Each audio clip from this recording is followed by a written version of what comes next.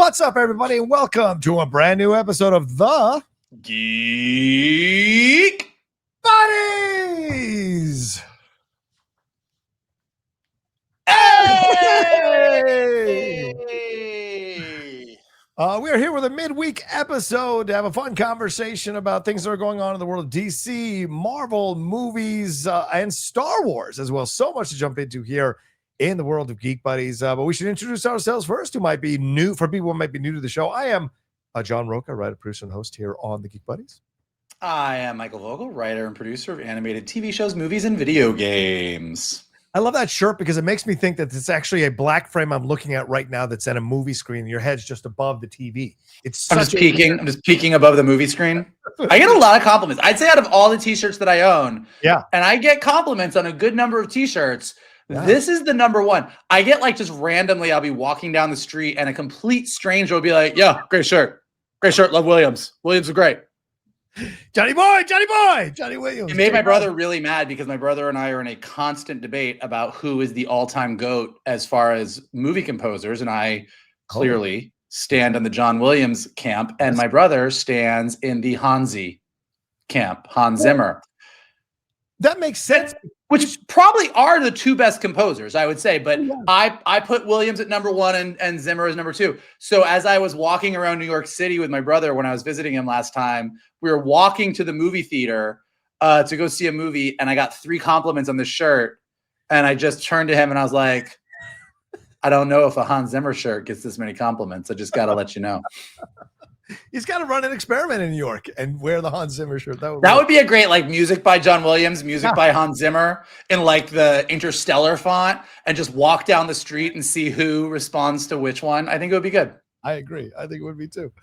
All right. Well, we are going to get into some stuff here. And unfortunately, of course, we don't have Shannon McCullough joining us for this particular episode. You know, October is a big month at the Halloween Horror Nights and at Universal Studios. So he cannot make it today. But today, it's actually because he's on the set shooting. I was going to say, I think today is not because he is training raptors. It is because he is doing other things. Yes. We can't, I don't think we can say, but he is doing other things that will be announced very soon for sure. But we are here to handle things. So let's jump into it, Michael. Let's start, ironically, with some Star Wars news. We haven't had a lot of Star Wars news lately, but this was a big story that broke yesterday, or a couple days ago as we're recording this. In a new interview with the AP, Adam Driver confessed that he had spent 2 years developing a Star Wars project with Steven Soderbergh. The project was titled The Hunt for Ben Solo and would have followed the redemption and survival of his Kylo Ren character at the events of Rise of Skywalker. He said, quote, "I was always interested in doing another Star Wars. Kathleen Kennedy reached out and I told her with a great director and a great story, I'd be there in a second. I loved that character." This, of course, sent people into the insane space of like, oh my God, Soderbergh, Adam Driver, Star Wars. This would have been amazing. Your thoughts on this, Michael, and your feelings on this? It's interesting for a couple reasons. Okay. One, I'm a firm believer that when it comes to storytelling, and particularly big franchise storytelling, just because something failed doesn't mean that there's not still gold in those hills. Like, I think that that is a constant, like, I do not love the new trilogy. I love a lot of things within it. Right. I like Last Jedi the most. I like some of the characters. I do not like the new trilogy, and I think Rise of Skywalker is a garbage movie. Yeah. That being said, Kylo Ren, Ben Solo, the grandson of Darth Vader, the son of Han and Leia, is a great character that I would argue we didn't get enough of, or we didn't get the right story of. Like, I think that, you know, despite the Kylo and Rey fans that are out there and all the things that we did get, I just think that this is a character that was maligned. Yes. And so I think on the one hand, the reaction is natural because when it comes to Star Wars characters, there's some characters that we love, and we don't like what happened to them, and some characters that we want more of. And I think Kylo Ren is a character a lot of people would love more of. Right. And given the way Rise of Skywalker ended, it doesn't seem like we will. But the desire to have more, particularly the desire to have more with a marquee director like Soderbergh, is very compelling. Yeah. The other part of this story is it seems like it was compelling to Lucasfilm too. Yes. They were excited about it. And Bob Iger and the Disney brass said, we don't understand. He's dead. We don't want to do this. Yeah. Bob Iger and Alec Burbank reportedly shut it down, saying they didn't see, quote, how Ben Solo was alive. And Driver said, quote, that the script was one of the coolest fucking scripts I'd ever been a part of. And Soderbergh confirmed this and said, I really enjoyed making the movie in my head. I'm just sorry the fans won't get to see it. Bob Iger shut this down. Everyone worships at the altar of Bob Iger. You know, well, Bob less so today than a few years ago, but yes. That's what I'm saying. Well, yes, but I mean, like, you know, there is this feeling like, oh, it was, if Bob Iger had been there, Disney and Marvel would still be going strong. And it's like, no, people made mistakes. Iger was part of the Chapek stuff. Then Chapek went in there, messed some shit up. Now Iger's back. But look at this. Iger turned down the possibility of this because he didn't understand how Ben Solo could be alive. Never mind the Darth Maul's come back like 75 damn times from death. And we've seen people go, the Emperor just got cloned. Apparently that's okay. So there's a lot of madness in all of this that I think is just confounding to me. And you have an actor like Adam Driver excited about your project, a noted filmmaker like Steven Soderbergh involved, and Star Wars. This to me is a home run if you put it together. You know, maybe not. Maybe it would have sucked. Who knows? But I do think that this is a good idea. Yeah. Like I think, and like to your point, yeah, we all saw Ben Solo die, but you were not. He didn't die 75,000 times, but Darth Maul has for sure died once and come back. Darth Maul died in a way that George Lucas did it to make it clear that he was absolutely for sure dead. Yeah. And we still brought him back, but is the perfect example with it. Like the Emperor, you can argue, okay, they did clone the Emperor and he did come back for Rise of Skywalker, but I think most of us hate that. Right. I understand why J.J. Abrams thematically did it, but I think we mostly we're like, oh God, are you fucking serious with this? Yeah. This is not good. Darth Maul's the opposite end of the spectrum. Right. Darth Maul is a character that we all thought was cool in the movie. He got chopped in half. And when they brought him back from the dead, and the justification, which is one of my favorite justifications, is his hatred was so strong, it kept his guts in his body. That's how much he hated Obi-Wan Kenobi. He held them guts in, then became a spider creature, then had a bunch of witches give him cloven hoofs made of metal. Yeah. And then got to where he went. But you would argue that Darth Maul's best days came after his death. Like coming back from the dead, that's the Darth Maul we all fell in love with. That's the Darth Maul that's getting his own animated series that we are all genuinely excited about. So we don't understand why Ben Solo is alive is a pretty thin reason to say no to a movie. And like, to your point, and we've talked about this over and over and over, so I'm not going to relitigate it, but Star Wars is absolutely in a mess right now, and they don't quite know where to go. And having the adopted child of Skywalker, whatever you want to call Rey, go in one direction, and having Ben Solo exist and go in another direction, and having Finn and Poe and new characters fall within that spectrum, that thematically feels like Star Wars. Yeah. That feels like a big story. It's a big idea. These two people came together to defeat the Emperor, but that doesn't mean they're on the same path. Like, you can start to mine a bunch of really interesting story that just feels epic and mythic in the way that we want Star Wars to feel. Yeah. So I think what you're really seeing now is a fan base that is starved for that, starved for that mythic storytelling. And all of the little fits and starts don't feel like it's it. And we all love Mando and Grogu. Right. I don't know that anybody, and I think the exact reason why that trailer didn't excite people is it doesn't feel mythic. Yeah. Starfighter might be a great movie, but thus far from what we've heard, they have gone out of their way to say, oh, it's a contained small movie in the Star Wars universe. Yeah. We want Greek mythology in a galaxy far, far away. That's what Star Wars is. And Ben Solo staying around is that. And that's why people are responding the way they are. They're like, no. You said no to the thing that we actually would have said yes to. Yeah. Well, I mean, and you look at the situation and what you just pointed out, I think is really indicative of a fan base that wants something. They will buy anything if you're going to bring back a character that they love. Hate kept his guts in his body. fuck it, I'm in. I don't care. Fine. I get to see more Maul. So you could have found a way to bring Ben Solo back because people wanted this character back that would have been interesting and fun and arguably could have possibly resurrected Star Wars from the debacle of The Rise of Skywalker and had people excited to see more feature films when you bring these powerhouse people together. The question now becomes, Michael, do they revisit this now? Because the Rey movie, as is being reported by My Time to Shine Hello yesterday, is apparently now on hold until Lucasfilm approves George Nolfi's script. So there are gaps that are opening up here.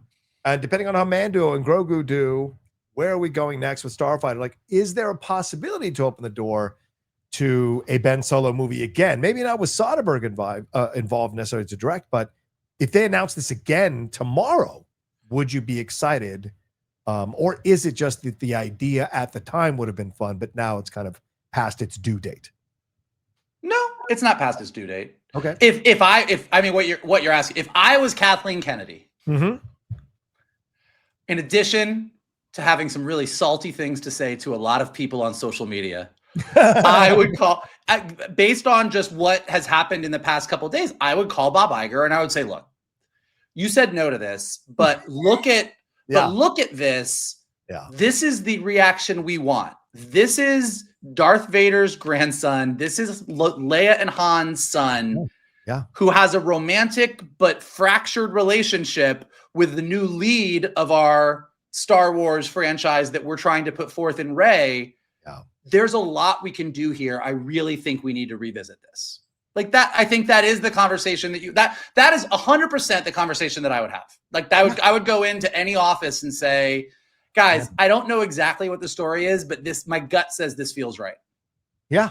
I mean, but we do know from sources behind the scenes of Star Wars that Kathleen Kennedy is determined to make a Rey movie, determined to do Rey stuff, but it may be time to take a step back, be like, look, Kylo gets a stronger reaction, a much more positive reaction, considering how people have reacted since the announcement of the Rey movie.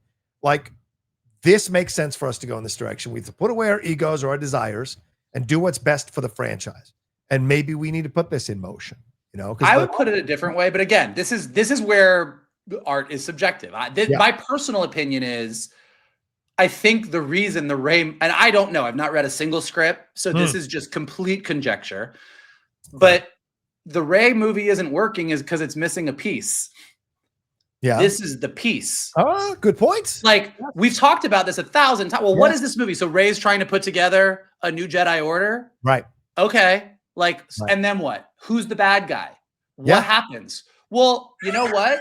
Having your former enemy, former ex-boyfriend who saved you from the Emperor go and say, I think I know what's best for the Jedi, and Rey says she thinks she knows what's best for the Jedi. Guess what? Now you have a trilogy. Yeah. That's an excellent point. That and if he, like, because there was always a complicated thing with him, right? Is he good? Is he bad? Where is he going? Where does he land on this? And yes, at the end they have that kiss and they have that moment, but it could be something that happens to him that resurrects him and he becomes this other thing. And look, he said, Kylo Ren has said, Adam Driver has said early at some point, this was referenced in an article that I was reading about the whole thing. Yeah. He and JJ had originally had this idea with Kylo. Yes. That Kylo Ren's journey was going to be the opposite of Darth Vader's. Yes. So Darth Vader goes from being literal space Hitler, worst, most vicious villain in the galaxy, and comes back to the dark side and finds his vulnerability to the light side, right? Yeah. Through Luke. Comes back to the light side and finds his vulnerability through Luke, kills the Emperor, and becomes forgiven and healed and gets to be a Force ghost and hang out with the Ewoks. So J.J. Abrams and Adam Driver had talked about Kylo being reversed. In the first movie, he is still vulnerable. There's pieces of Ben Solo in there, but then he kills Han Solo. And that their version would have been he goes darker and darker and becomes the biggest villain in the Now, given that fans went crazy for Kylo and Rey, and given some of the choices that Rian Johnson made in Last Jedi, that's not the way it went. Right. But this idea of someone who is carrying the legacy of the light and the legacy of the dark in him, and this other character who has chosen her path, Like those are the epic struggles of Star Wars, and having these two that have had a complicated past and a complicated relationship.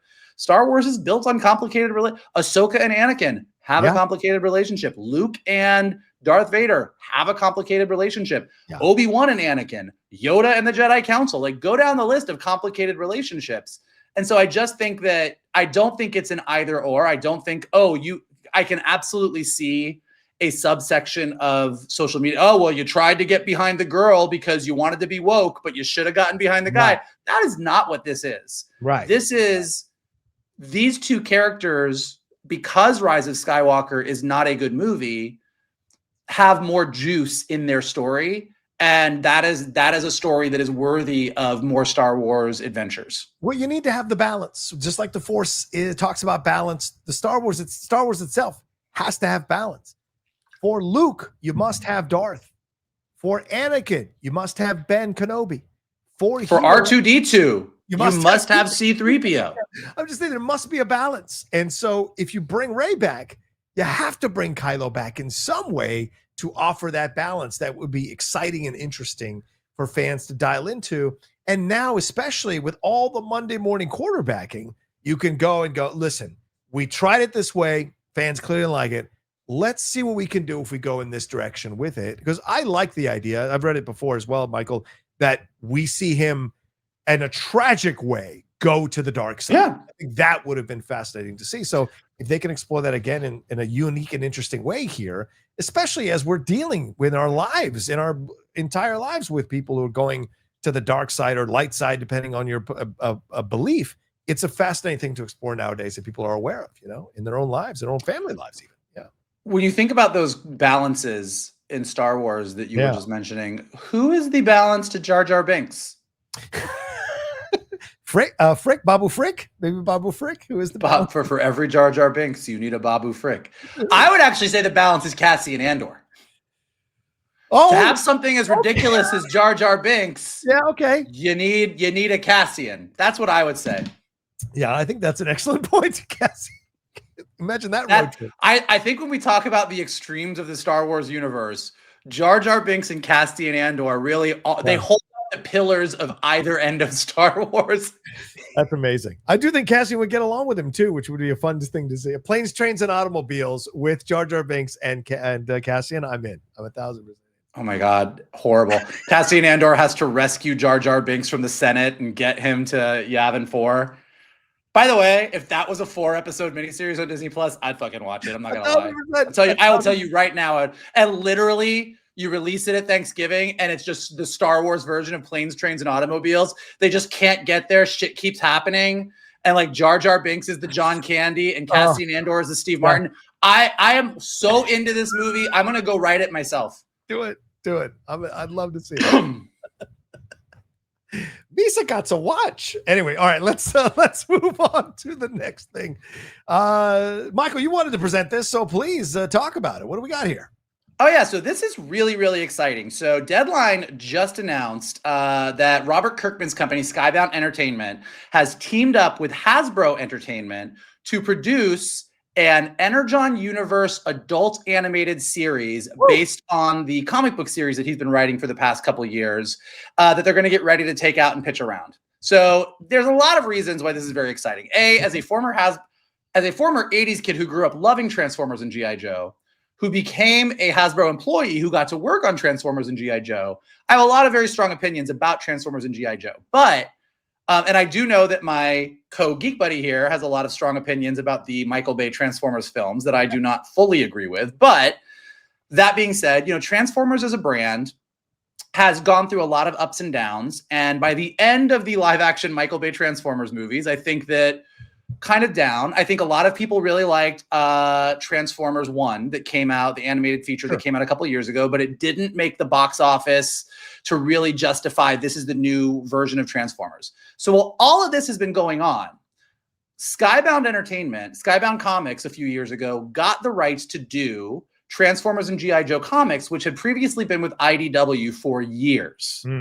And Robert Kirkman dove in. It started actually with neither of them. It started with an original comic book series called Void Rivals, about two warring alien races. But all of a sudden in that storyline, fucking Autobots and Decepticons were popping up left and right. And you're like, what is going on?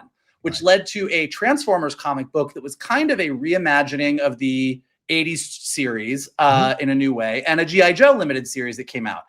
And so now you've got all of these stories happening that are really adult and feel very akin to what Robert Kirkman has done with Walking Dead or Invincible. Yeah. So the comic books are all going strong. And the fact that Hasbro has agreed to develop that take into an animated series, not a new kids series, but a very adult series that is tonally kind of for older fans, that is based on this comic book series, is really exciting. And I think really, really, I have a lot of faith that this is maybe going to be the best version of Transformers and G.I. Joe that we're going to get in a long time. I love this idea. I love this news, and I love this idea. I've been enjoying Invincible, and of course, Kirkman's Walking Dead books for a long time. I really enjoyed a lot of the seasons of Walking Dead. So I have not read these versions of comic books, but this announcement makes me want to dive into all the Transformers stuff. Because I've been reading the Ultimate DC, I think is what it's called. Absolute. Sorry, the Absolute DC, right? Ultimate's Marvel, the Absolute DC stuff. And I like the adult approach to that they've had on the DC side of things. So we saw with Andor, the adult approach to Star Wars, the grittier adult approach to Star Wars. Now let's open the door to this with Transformers and G.I. Joe. I think this is a rich, rich area where you can explore this kind of attitude and this kind of approach with these characters. There's a lot of military commentary to be made through G.I. Joe about what goes on when you're in a war, when you're fighting this endless thing, and then the villainy of the Cobra Commander and all that. Like, there's a lot to explore if you went a serious direction. Same thing with Transformers, especially with what happened between the Decepticons and Autobots, what happened on the planet Energon, and all these kinds of things. There's things with the thing that I like Transformers 1, but there was a hint of darkness with how things go down at the end of the movie that I wish they'd explored more of that. So the fact that we might get that here, especially written by Joe Henderson, who was successful with Lucifer and White Collar and Almost Human. This is a guy who's experienced writing some good stuff here. So I think it could be a lot of fun. I think what's interesting about it, and I think why I'm very excited, and if anybody who hasn't picked up these comics should absolutely go pick up any of the EU Energon Universe comics. They're all really, really good. It's Void Rivals, it's G.I. Joe, it's Transformers. But what's exciting about this is kind of to the point of what we were just talking about with Star Wars. Yeah. When you start talking about the way these big brands are getting treated, particularly when it's a feature, but even with TV shows, the decisions that you make, you're like, okay, well, you agonize, well, who is our target demographic? What is the tone? Should it be this? Oh, it's going to be on Nickelodeon. Let's make sure that there's a kid. We can't get too dark. We can't, all the things that John complains about all the time. My humble brag for the day is I actually had dinner with Robert Kirkman about a year ago. Ooh. And one of the things that he said, because I was talking about the comics, and I was like, oh, it's so cool that, after you've worked on all these other things, you get to come back to Transformers and G.I. Joe, but through the comics. And he was like, it's crazy because I get to do whatever I want. I basically go, hey, I want to have Optimus Prime's arm get ripped off and have this happen, and I'm expecting somebody to say you can't do that. Right. But it's a comic book, and they're like, yeah, okay, cool. It doesn't have that same, because the price tag is different. You're not paying, hundreds of thousands of dollars per episode. Mm-hmm. And so it's like, yeah, okay, do that. So he's been able to just sort of over the past couple of years have free reign to tell the exact Transformers story, the exact G.I. Joe story he wants to tell. Right. And because it has done so well and the comics are selling so well for Hasbro and for Skybound, they've now gone back and said, okay, you can do this version. If anybody went into Hasbro and said, we want to do an adult version of Transformers and G.I. Joe as a crossover, getting that uphill would kill you.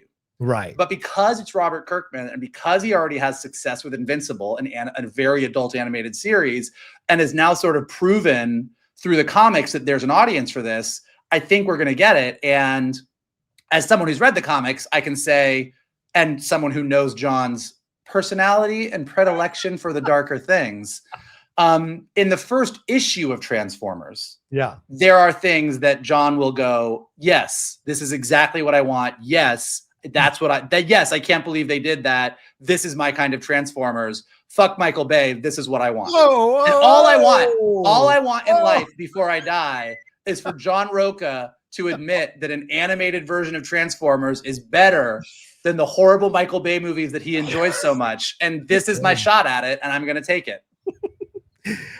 These are all excellent points you bring up, and you're absolutely right. I do like this sensibility.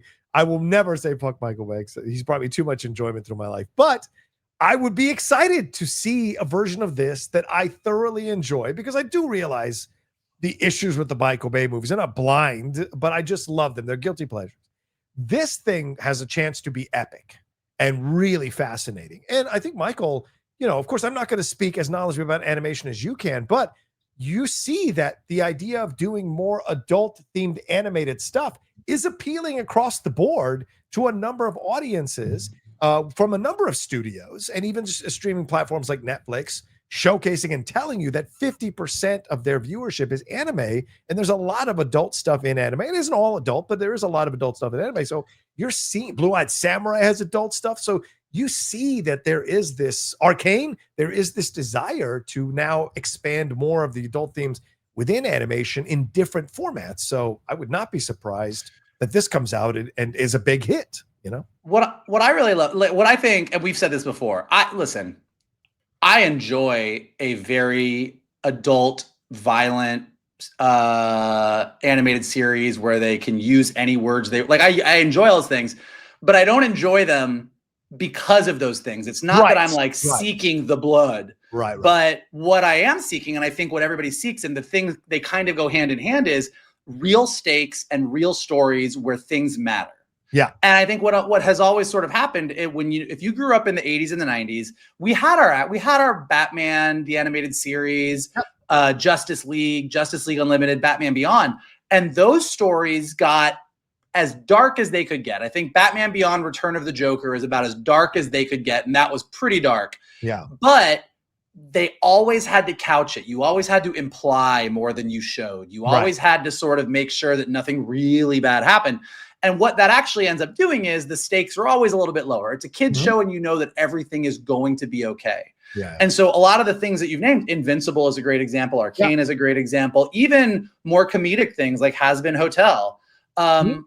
These are shows where anything can happen, therefore the stakes are bigger, therefore I am more engaged and I care more deeply about these characters. And I think that Transformers and G.I. Joe as a brand, there's people our age that have been loving these characters for years and years. And like, look, the perfect example in Transformers is in the Transformers animated movie in 1986, when they decided they were going to do a new toy line and we're just going to kill the current toy line. They were unprepared for the reaction that people had when Optimus Prime was killed by Megatron in the first 15 minutes of that movie. And that is still, for a lot of people who grew up in that era of animation, one of the all-time crazy moments where you're just like, I cannot believe that this has happened. I remember talking to people about it at school. It was like we were talking about a political assassination. Like, did you see the Transformers movie? Can you believe that happened? I don't know how to feel about this. I don't know how I go on from here. And I think that is the proof that like we like these stories to be bigger. And I think this will be a bigger story. So I'm very excited. I always get excited when there's big animation news. And although this one doesn't have a home yet, I can't imagine someone's not going to snatch it up. So I'm very, very excited to track this story and see where this series goes. Yeah, me too, man. But put me in that camp. I'm looking for, and I'm going to pick up those books and read them. You definitely, of all the things that you like, and particularly the way you're liking the absolute titles in DC right now, you should absolutely pick up Void Rivals, Transformers, and G.I. Joe. Nice. And are they 12 issues in? Like, how much they're all far enough in that you can actually go, whether you go on Amazon or another online site, or you go to the store, you can get them in volumes now, where you can get like volume 1, volume 2, volume 3, and get like the first 6 issues, the first 12 issues, stuff like that. Perfect. Yeah, I love it.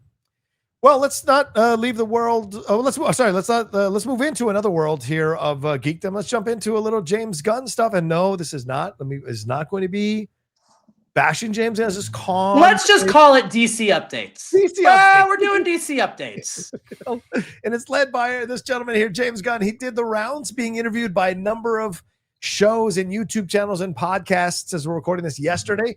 Sadly, I didn't make the cut, I'm sure for a number of reasons, but he spoke about quite a lot of things in these interviews, Michael. And one of the things that came out here is that this has been reported, is that Nexus Point News reported this, that the Clayface film was originally a part of Reeves's universe, not the DCU as it currently is, which is a fascinating thing to consider. He also gave updates that Darkseid is not going to be the main villain for his DC universe. He said using Darkseid as the big bad now is not necessarily the thing, because Zack did it so cool in his way and because of Thanos and Marvel. He also gave updates on the Constantine 2 script, saying, I've discussed it on and off. I've discussed it with Yano. I think it's a great group of guys. I like all these people a lot. I think they're talented, but I have not read any script yet. And he also talked about more movies that he's going to direct, more things that he's going to be focusing on. So this is a lot of updates that he's delivered here. What stood out to you? What excited you? What did you feel about the state of the DC universe coming out of these interviews that he did yesterday? The Clayface one is curious to me. I mean, I think because like you don't think of the Reeves movies as having their own mini universe that would have spin-off movies. I know we did get the Penguin ultimately as a spin-off series, but the idea that there was this Clayface movie. Now, what I do think maybe happened is Mike Flanagan, because it was Mike Flanagan, right, who wrote this originally? Yeah. When Mike Flanagan originally conceived of this idea, the Batman was out and we didn't know about this other DC universe. So if Mike Flanagan was like, fuck it, I'm going to write a Clayface movie, that's the universe you would use. So I don't know that it was we are planning spin-offs of Reeves movies, but I think when this script sort of just showed up, it was like, it kind of just took place in that universe. And by the time the script got in there, it was like, well, Reeves doesn't really do this, but we like this. So, I mean, I kind of can see where it goes. I also heard, and again, I don't know how much this is true or not, that at one point Clayface was going to be a villain in Reeves Batman movies. Yes, in the Batman. Which feels, I'm curious to see the villains that show up in Reeves movies, because that feels like that's a little bit further in the less grounded area than what Reeves wants to explore, but that might be cool. So, but yeah, I think that there was a lot of, like, as typically happens on social media when this news comes out, like, oh, we could have gotten the Reeves version of Clayface, but then Gunn stole it away. And like, I don't think that's what happened. I think the script came in and they're like, this is really cool. Actually, we're going to do this over here. I'm excited about it. I'm excited about Clayface. It doesn't matter to me where the script, and that also gives you an indication of why maybe there were a lot of rewrites to it, that they loved the idea of this origin of Clayface. But if it was written in a way that clearly set it in Reeves Batman universe, you go, okay, well, we like this, but we do need to do a big overhaul. Let's keep this that we love, but let's move it over here. So I think that all makes sense. And I also think that what Gunn says about Darkseid is right on both counts. I think that despite my feelings about Snyder's take on superheroes not jiving with my take on superheroes, he used Darkseid as the big ultimate big bad of where he was going with his journey. We got a lot more of a taste of what he wanted to do with Darkseid in the Snyder cut that's on HBO Max. And I just think that even if James Gunn said, I have a great new take on Darkseid, you are just begging. Like, that's just like rubbing everyone's face in it at that point. And so that, and the fact that he's also right. Look, Darkseid and Thanos, Marvel's Thanos is their version of Darkseid, and DC's Darkseid is their version of Thanos. And in the comics, they both get used in much the same way. So I think that fact that we've already had a Thanos on the big screen, like, it makes sense across the board. And I'm curious to see where he is going to take it, because I do think that when people think of the cinematic universe big bads that you can use, Darkseid is kind of the one. I mean, Darkseid was a big bad in the Justice League and Justice League Unlimited cartoons. Darkseid was a big bad in Young Justice. Darkseid is the biggest bad the DC universe has. So if you're not going to use him, I'm interested to see where he plans on going. But I think that the reasons for not using him are very sound. Well, I agree. Because like you said, the comparisons, I mean, you would just give red meat to the fan bases to battle. Like, oh, James Gunn's Darkseid is not as good as Zack Snyder's Darkseid. And look, you could argue, you could make a case how many people actually saw Zack Snyder's Darkseid? How many people actually watched it on HBO Max to the point where it would be a big deal to the casuals? You can make a case that Gunn could do that. But why? Why open the door to that? Why invite that kind of toxic battles and all? You don't need it, right? Gunn has got a lot going on. The last thing he needs is to court more controversy, right? So the thing is, focusing on Lex Luthor, I'm cool with it. The rumors about Brainiac, that's another big bad that could be a fun thing to explore. And he has said, and he said it in the interviews yesterday, that he is mapping this thing out way past Man of Tomorrow. So he has got plans for the Superman saga for sure that's going to spread out into a lot of places. So there'll be other villains if he continues to keep doing this. Yeah. Depending on how Warner Brothers, that we're going to see that we didn't get a chance to see live action, and that'll be fun. And then maybe, because enough goodwill has been established with the audience, then he can spin to Darkseid, and I think there'll be people who are much more looking forward to it, you know? In success, Darkseid is always in your back pocket. And I think once you get to, exactly what you said. Once you get a certain number of successes under your belt, once you've sort of gone through your first arc of whatever, and then you're like, all right, now I think we're ready to do this in a new and different way, 100%. Yeah. Well, one more thing about he also spoke about Batman Brave and the Bold, Michael. Your thoughts on this? He was talking to Emergency Awesome, which is a great channel I watch. He mentioned that, quote, they have changed a lot of what the story was going to be since Gunn announced the Brave and the Bold a couple of years ago. So what are your thoughts on this, that he is changing where they're going and all of this stuff? And Muschietti's still claiming that he is a part of this. So what are your feelings on his guy? Is this a pretty innocuous comment saying things have changed and it's not where it was and we're going to see where it lands? Or is there something more to this comment?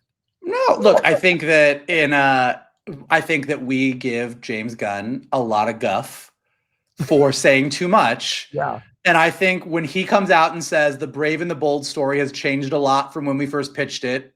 Yeah. You'll find out more later. Perfect. Just kiss. Thank you. Thank you for that. There's nothing more to it.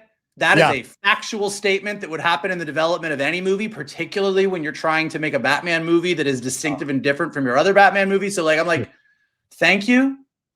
Say less. This is lovely. I appreciate the update. I can't wait to hear more as it develops. Yeah, exactly. Well, we're not done with DC. We're not done with Warner Brothers. Let's get into the meat of our show here. We don't have to do a big main event topic here, and let's talk about this Warner Brothers situation, Michael. This is a developing situation that is picking up quick speed lately, and that is that Warner Brothers has apparently been put up for sale. Zaslav has announced, according to the board. And board members, rather, and himself, that they are now looking at how they're going to go about selling Warner Brothers. Bloomberg is reporting that Netflix has interest in acquiring Warner Brothers film and TV assets, but not the networks. And then last night, apparently, Warner Brothers rejected a second bid from David Ellison, aka Larry Ellison's Paramount Pictures. So what are your thoughts on all this before we get into the other tentacles that lead us back to the DC universe that people are going crazy about?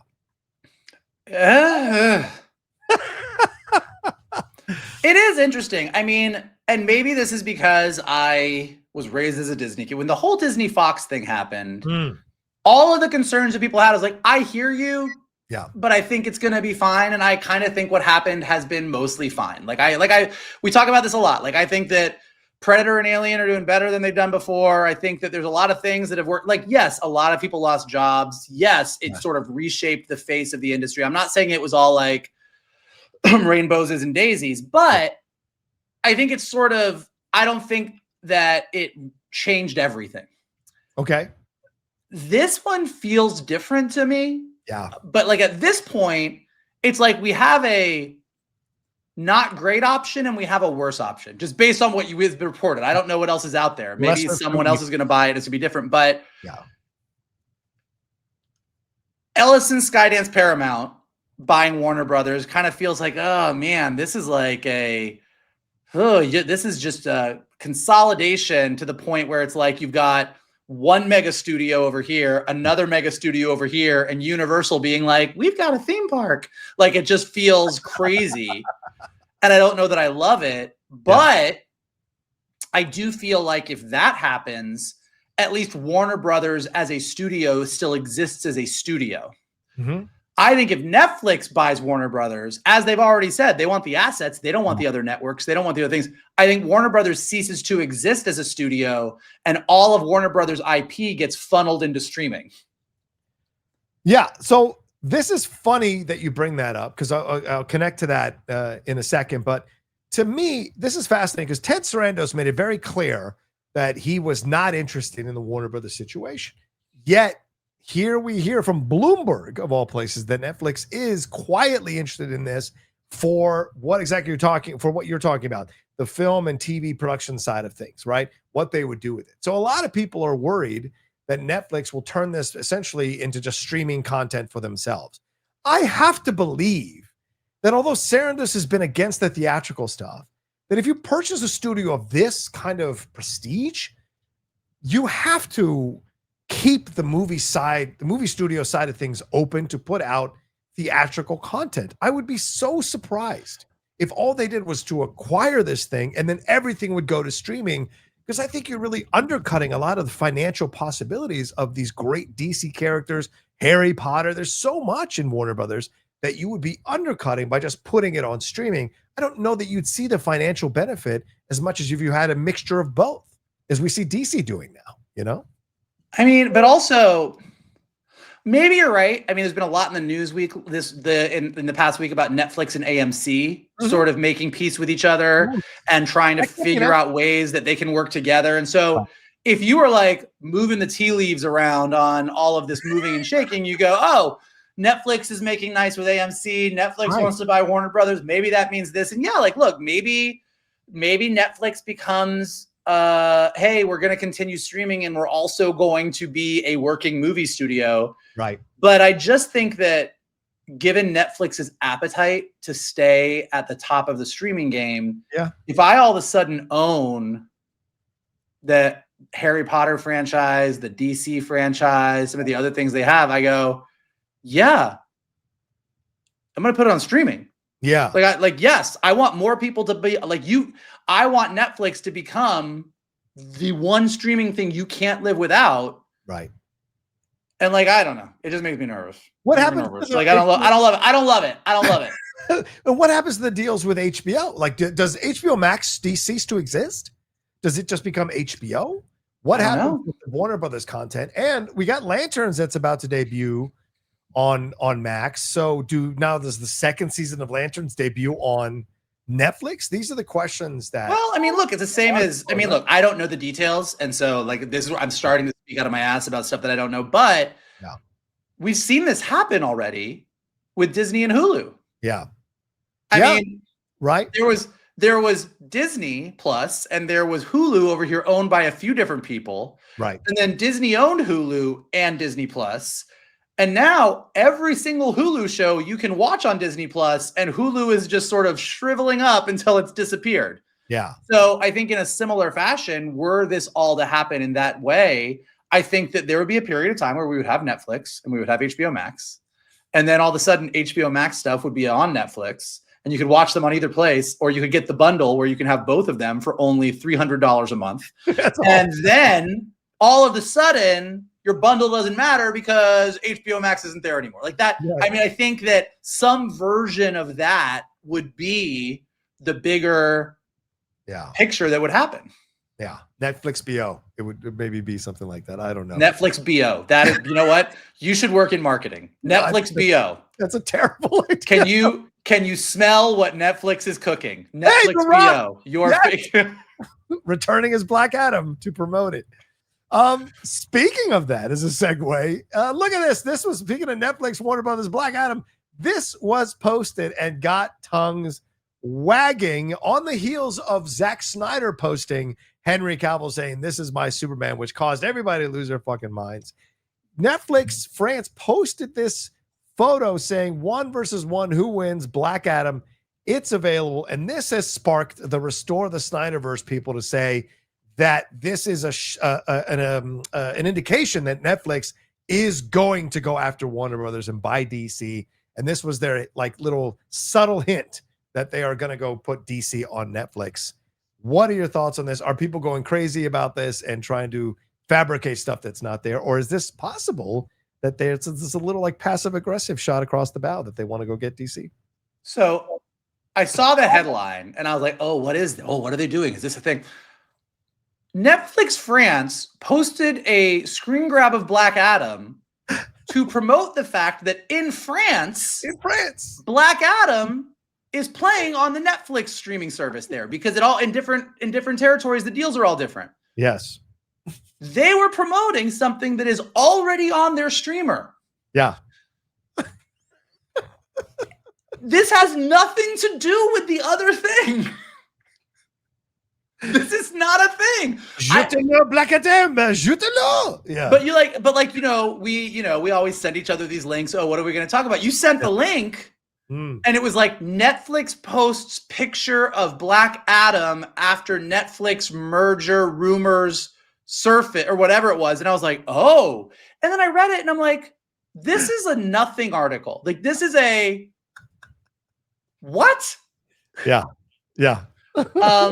So no, it is not a thing. And while we are on the subject, I'm going to say two things. Yep, go ahead.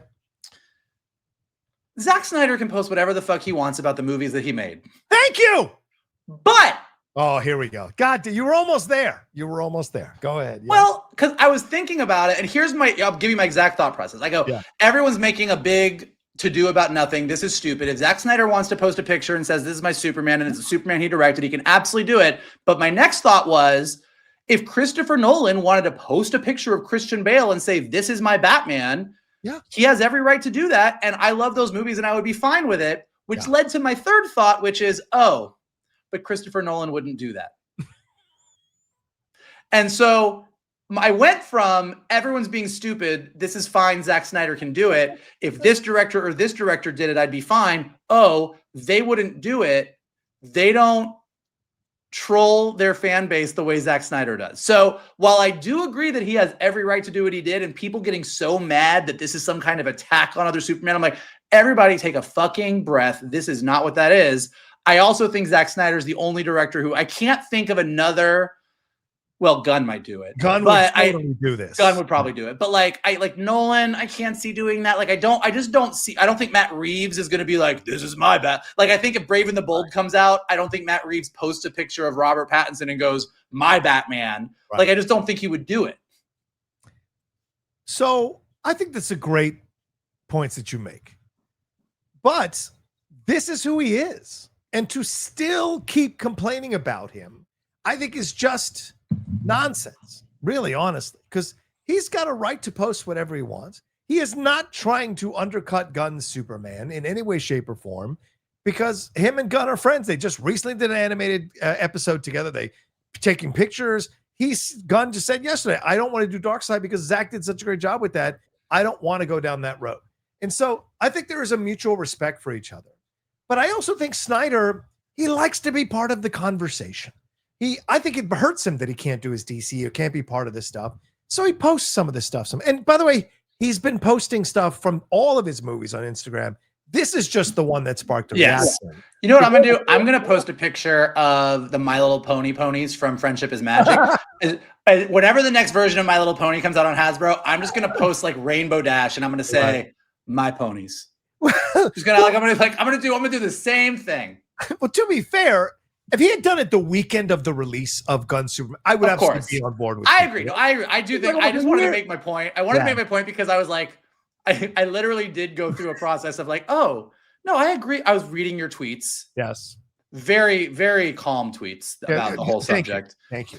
And I was like, oh, I agree with John. I mean, no, I don't agree with John because he wouldn't I went on a whole like journey about it.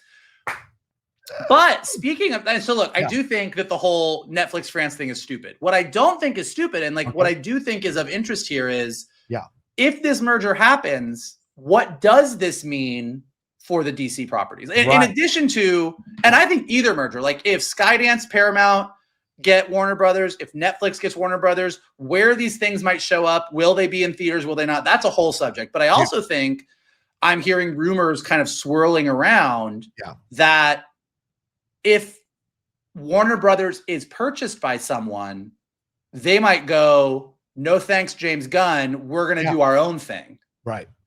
And then fans of the burgeoning James Gunn DC universe will be in the exact same boat as the Snyder fans of his DC universe. And we will have had two bites at the apple that were just both cut off at the knees. And I don't know what that means for DC fans or the superhero genre in cinema as a whole. Like, I think that two tries at the biggest, like, while Marvel has been steadily going what it's doing, I think if anybody came in and said, cool, thanks, we don't care about these deals, we're going to pay people out, we're going to start from scratch again. Yeah. I don't know if that's great. And I'm hearing some rumors. I don't know how founded or substantiated they are, but if that does happen, I feel like that's a bad move. Yeah, I don't think any of this happens without a conversation with James Gunn. I have to believe that, and you know how this business works, Michael. There are always intermediaries, right, that show up at a coffee shop or a place for lunch, and you have a conversation. Like, you're not going to go. Are those the two options? I'm just saying, you're not going to have Ted Sarandos meet with James Gunn in a public place to have a conversation, because that's essentially like fixing the situation, right? Like you're putting your finger on the scale. What you're going to have is like, look, if we make this move, I want you to know we want to retain you and go in this direction, but we'd like to put our, because Netflix, you know this through the Avatar debacle, they are notorious. If they buy your content, they will put their people to work on your content. You will not bring the whole team over to just work for Netflix. It'll be Netflix people combined with some of your people, but they will say where it goes. And so I think that's the element that I think they would have to have a conversation with James about, like, who is going to be, will you retain control of DC, or will you retain control of DC with our people involved as well? That could be a really thorny situation. With the others, but I think with the Ellison, which by the way, is probably the way it's going to go, because A, I think they have the most amount of money, and B, they're more in with the Trump administration, who would just rubber stamp this if they wanted to push it through, much more than Comcast, who is apparently interested as well.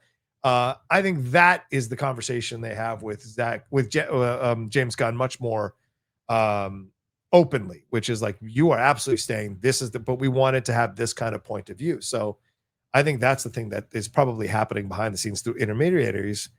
What is Gunn's status if they do launch the job and take it over? So we'll see. Anything else you want to say on this, Michael? What are you hearing in the wind from people? You've got connections at studios. No, that's what I'm hearing in the wind. Like, I'm hearing that there's a potential that like the celebration of Superman's box office, the building up of the DC universe, all of those things is kind of like let's drive this price up. Let's get people real. Let's make this company as valuable as possible. But then, all right, like, then we can do whatever we want with it moving forward, which, I mean, and look, all of us have, wherever you fall on the how much you like or dislike Creature Commandos or Peacemaker or Superman, all of us have things that we would want to do differently. Of course. So if you are a bajillionaire and you buy all of this stuff, who wouldn't want to go in and say to James Gunn, hey, you fucked some things up, here's what I want to see moving forward? Like, who wouldn't do that? Right. I want to put this. So the idea that to your top secret lunches and drinks in LA. Hey, don't act like they don't happen. But like we talk about, oh no, they're gonna come and shake it up, and it does make me nervous just because I love the continuity of, like, let's make a plan and keep going and make creative adjustments to make it better, but let's not stop the way DC has. Yeah. But any one of us would go in, and if we had the money and the power and the clout, say, hey, this is what I don't like about what you're doing, and I think you need to do. I think that Robert Pattinson needs to be your Batman. I don't know why you have two Batman franchises. I want you to collapse them and make them one. Like, there's any geek listening to us right now has at least 2 or 3 things that if you went in and you were Kevin Feige's boss all of a sudden, or you were James Gunn's boss all of a sudden, you would go in and you'd go, I think you should do this now. Yeah. And so the idea that some of these other places don't have those ideas would be crazy. Yeah. Yeah. I agree. So we'll see what happens.